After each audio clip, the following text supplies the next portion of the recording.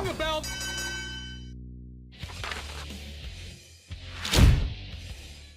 Hello, everyone, and welcome to the Slam Society, and welcome to another retro review here as I take a look back at the first ever edition of WWF No Mercy, the first No Mercy pay-per-view, which took place on May 16th, 1999, in the UK at the AO Arena, AO in Manchester, England, 18,107 people.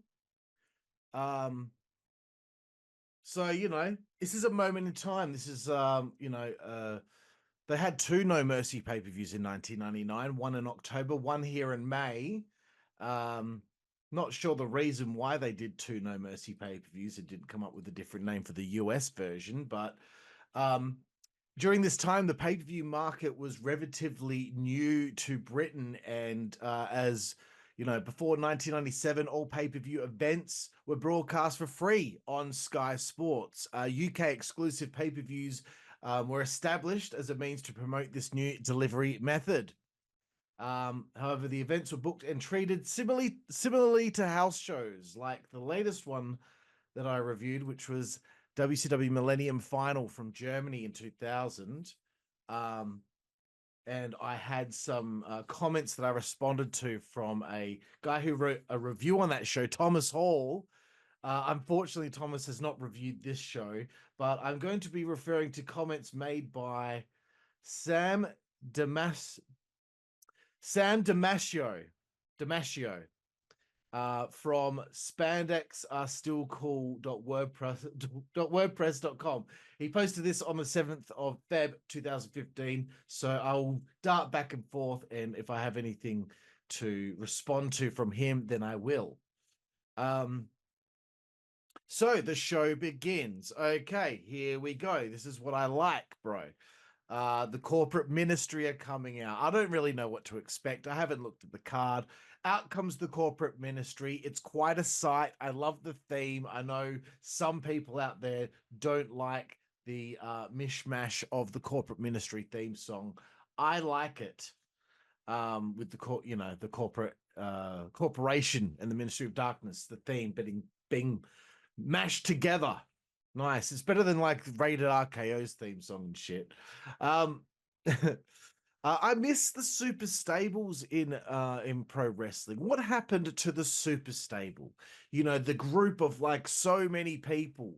You know, they used to do this quite often back in the day, and I assume, you know, someone at some stage said, you know what, we need to stop doing these because, you know, we started off with the corporation, then there's the Ministry of Darkness, then they had the corporate ministry, then they had the McMahon-Helmsley regime, and all the people that kind of like were a part of that, you know, on the outskirts or the fringe of the group. You know, obviously WCW had the NWO. We had this quite often, and I guess maybe it's a bit of a Vince Russo type thing, but you know, I think it's time that we get back to that. I think it's time we go back to the super stable, see how we go. But the opening promo here from Shane McMahon and the corporate ministry is to set the table for the show. They're talking about the Brood taking on the Acolytes and Big Vis in a 6-man. Shane defending the European title against X-Pac on the show. The main event is now changed to a no-holds-barred match with Undertaker, Triple H, and Stone Cold. So Jim Ross was outraged at outraged at the decision being made there. And right at the end there, you know, you see them walking away, and I felt a little bit sad seeing China walking with Shane there. But anyway, let's get on with the first matchup here after the table has been set.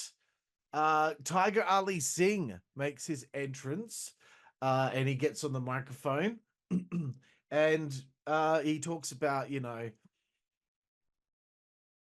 the fact that, you know, there's a lot of, you know, people from his country that live in England and all that. And he says, I'm sure you people, you know, look at me and you think that I should be driving a taxi cab. And they popped, which is a bit weird. Like, yeah, we're racist. Oh, dear. But anyway, you know, I was always a big fan of Tiger Ali Singh. I thought he was so entertaining on the microphone. He was 100% unlikable. And his segments with "How low can America go" were so cool, so funny. You know, it's like a more disgusting version of Ted DiBiase and what he would do. But you know, Tiger Ali Singh cops a lot of flack, but to be perfectly honest with you, like he's a very nice man. I interviewed him on the Insider's Edge podcast on this channel. You can check that out. It's a great interview. He's a very nice guy. And I think he cops flack, you know, because maybe he wasn't the best in the ring, but he knows he wasn't the best in the ring. You know, he always wanted to get better. But anyway, he's against Gillberg here. Dwayne Gill, one of, you know, the most beloved jobbers in history. And yes, I'm calling him a jobber because I interviewed Gillberg on this channel as well, and he said himself he prefers the term jobber. The match doesn't go very long. It goes 1 minute 4 seconds. Gillberg gets a little shine with a kind of a bit of an awkward spear tackle on Tiger Ali Singh. And then there's a bit of another awkward moment with Tiger going for a neck breaker on Gillberg, and he won with the neck breaker. So Tiger Ali Singh getting the win to open the show. This was actually Tiger Ali Singh's last WWF pay-per-view match and his fifth last televised match. I believe after this, he went to work in Puerto Rico for a while.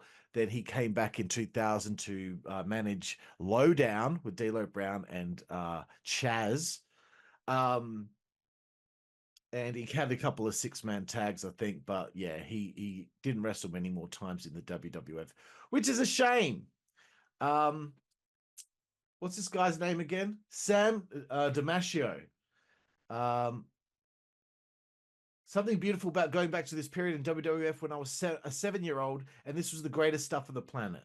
Gillberg was a fave because why the hell wouldn't he be? I have no recollection of Tiger Ali Singh. How do you not remember Tiger Ali Singh? How long have you been a fan for, bro? You wrote this in 2015. I don't know. I just thought that was a bit of a surprise to hear someone say that. But you know, if you're writing reviews, maybe you should know a little bit more. But whatever. So this was Gillberg's last pay-per-view match, his fifth last WWF match, and third last televised match for the World Wrestling Federation. The following 2 matches he had was against Triple H for the world title on SmackDown, and he also came back a little while later to drop the light heavyweight title to Essa Rios on Heat. We get another promo with the Ministry of Darkness backstage, but then we get to The Brood taking on the Ministry here, which is the Acolytes and Viscera, 13 minutes, 47 seconds. The Brood were over and so cool. When they made their entrance, I was like, man, they are cool. I do hope that one day they reunite properly in AEW, but you know, I would rather them do it in WWF because then you get the theme song and all that shit, but whatever. You know what? This wasn't too bad. I think Viscera put in a lot of hard work in this matchup. They got a lot of heat on Christian. And, you know, I was watching Viscera and I was thinking to myself, what's his workout routine like? You know, he's a big guy. You know, what does he do to work out? The Brew get cooking after Christian hits a tornado DDT on Bradshaw. Gangrel gets the hot tag. He's the heavy hitter of the group. Christian hit a frog splash as it broke down. Midian gets sent to the ring by Shane, who DDTs Gangrel. And then there's a clothesline from Hell by Bradshaw for the win for the heels. And this was the third and final Brood 6-man tag team match on a pay-per-view.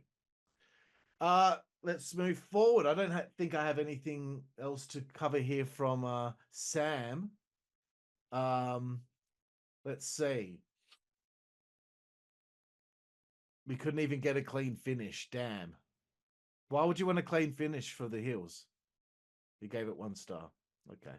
I don't know. I don't know if I'm going to keep darting back to this because he's not infuriating me like Thomas Hall did. Next matchup, Steve Blackman takes on Droz here, 7 minutes, 50 seconds. Really interesting to see these two working here. And the first thing I thought was this is a Sunday Night Heat main event anywhere. Um, I always thought Droz was interesting. You know, he was a Sasquatch Goofy than a Raccoon. I thought he was, an interesting character, and Blackman. I mean, everyone loves Steve Blackman. You know, he's a very memorable part of the Attitude Era. Um, there's not really a whole lot to talk about here. It's just a typical kind of house show match, I suppose. There's nothing wrong with that. Droz gets a bit of heat. Steve fights back, gets cut off. They're talking about Droz's piercings, and I think Jim was saying, Sassafras Droz, he's got piercings in his nipples and in his belly button, and then Jerry Lawler goes, even a Prince Albert. And then JR goes, I'm not going there, King. Blackman caught Droz in the mush with a kick as Droz went off the second rope, and then he made him tap out to a triangle choke out of the blue. And this was Droz's last singles match on pay-per-view. So, okay. This is what I don't like. This is what I don't like from Sam here. Droz is a sack of crap. Okay, that seems harsh on this viewing. Just the most generic WWF Attitude Era cat you might think of. Tattoos, dumb hair, and muscles. What?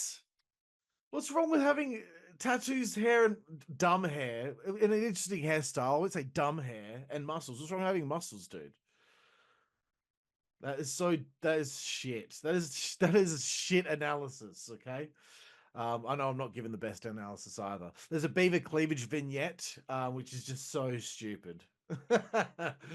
It's so stupid. But that stuff kind of tickles me, dude. It makes me laugh. Mankind comes out. I don't think this segment was necessary at all. He comes out. He's looking cool in his blue flannel. Um, he asks about the local sporting team. He brings up the British Bulldog. He makes fun of Billy Gunn. It kind of feels like he was just thrown out there to do a promo for the sake of it. So yeah, it was okay. Um, yeah, I don't have anything really to add. They cut to fans at the fan fest before the show.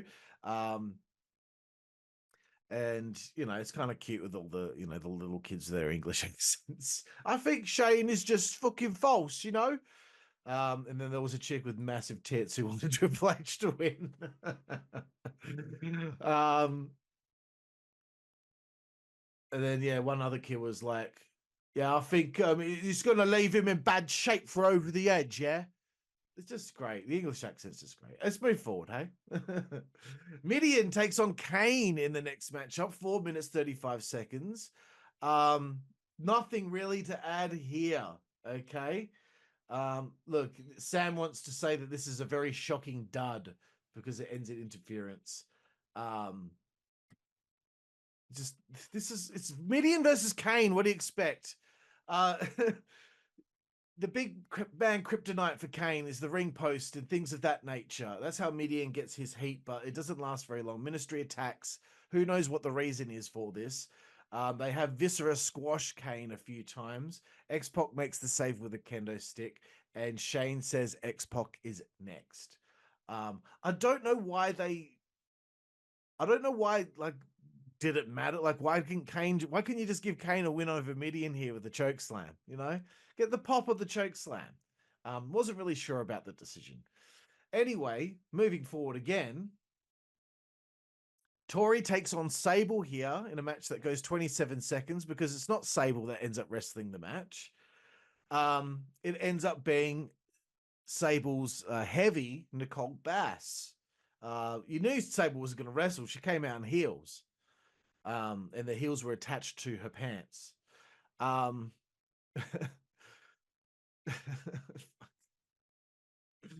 Oh my god! Sometimes when I write my notes, I write things in there just to make myself laugh while I'm trying to read and be professional. I wrote, "Here comes my first erection," because Sable came out.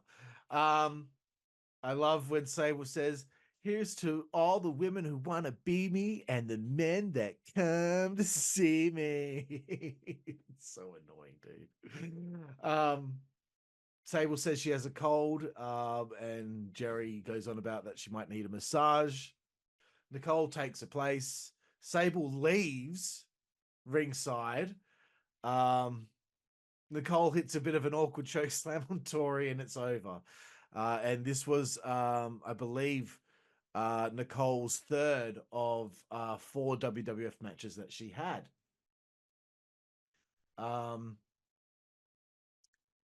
Very hard for me to comprehend that a young me wasn't into the greatness that is Sable. Well, that says more about you than anything, bro.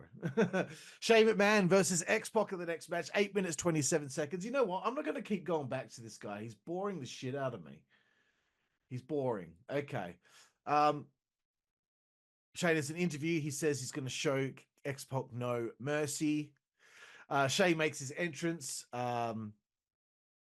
X-Pac makes his entrance as well. I think to myself, man, when I was a kid, I was heartbroken when DX broke up and Triple H turned heel. I hated it.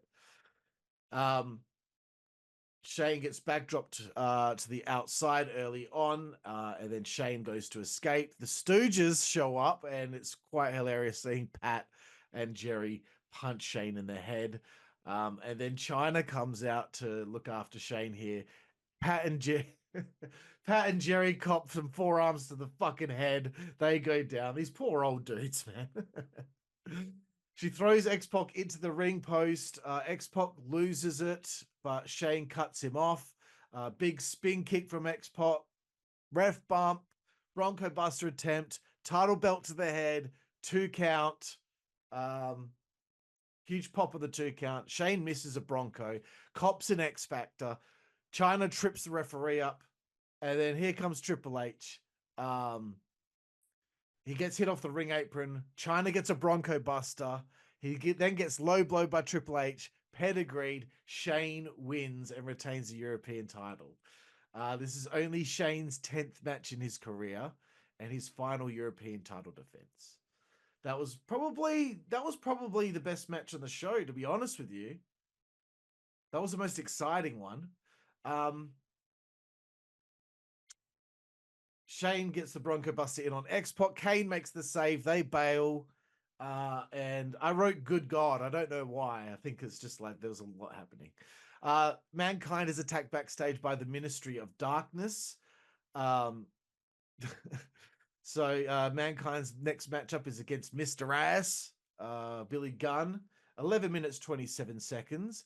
You gotta love, I'm an ass man. Womp womp. Gotta love it, man. Mankind is the only member of the Union that is on this tour.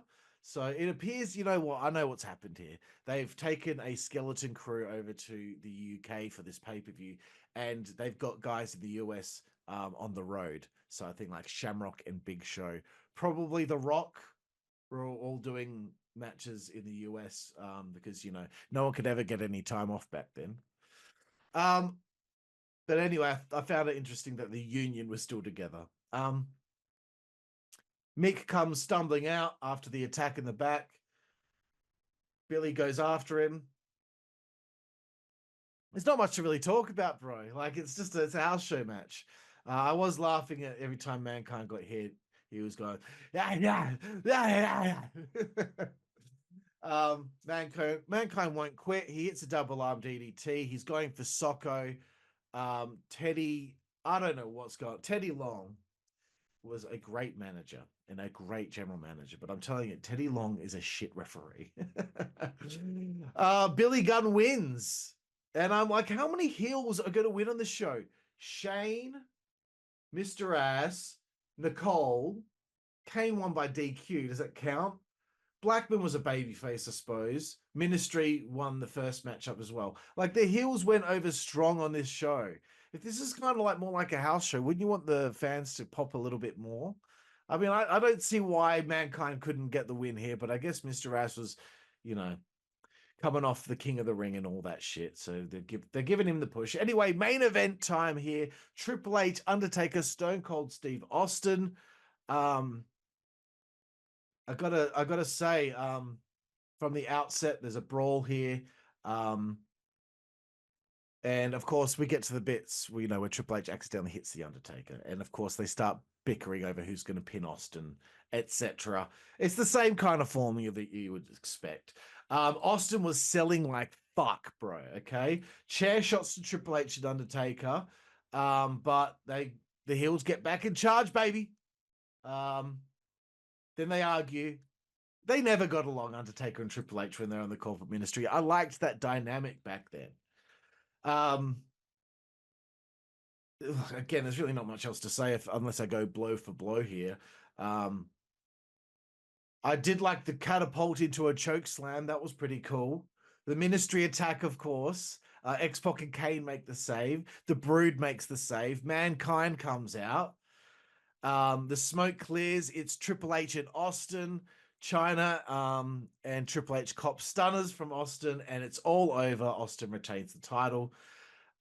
Shane then cops it from X-Pac. Austin fucks him up, hits a stunner. Then there's another Bronco Buster. And Triple H and China cop it as well afterward with the beer bash. And, it's fun, bro. It's fun. That's what I like about WWF back then. Things like this, it's fun. Okay. So let's go back to Sam Damasio here. His overall thoughts were, this No Mercy project is off to a rousing start. I guess at the time he was starting to watch all these pay-per-views from No Mercy. Hindsight says I should have picked a pay-per-view series that its first two editions take place in 1999. Bonehead move on my part. It was the highest rated era ever. It was the best, bro. I don't care what anyone says. Stupid. Never watched this show. No, please do. There are other shows that have at least have perverse badness. This doesn't even have that. This has no fun shite that will make you wonder why wrestling is at all worth a lick. That's not very fair. I don't think, anyway. But who gives a shit? I don't give a fuck what he thinks. Yes, X-Pac versus Shane was probably the match of the show. Yeah, I'll probably give it 6.5 out of 10. It was an okay show. 6.5 is okay. 7 is good. 7.5 is great. 8, awesome. 9, fucking amazing. 10, fucking best thing ever. Okay, so there we have it. My retro review here of WWF No Mercy from the UK in 1999. I apologize if this wasn't that exciting of a review, but anyway, it was fun for me to do a little trip down memory lane and check it out. So thank you all for joining me here on the Slam Society, and I will see you all down the road.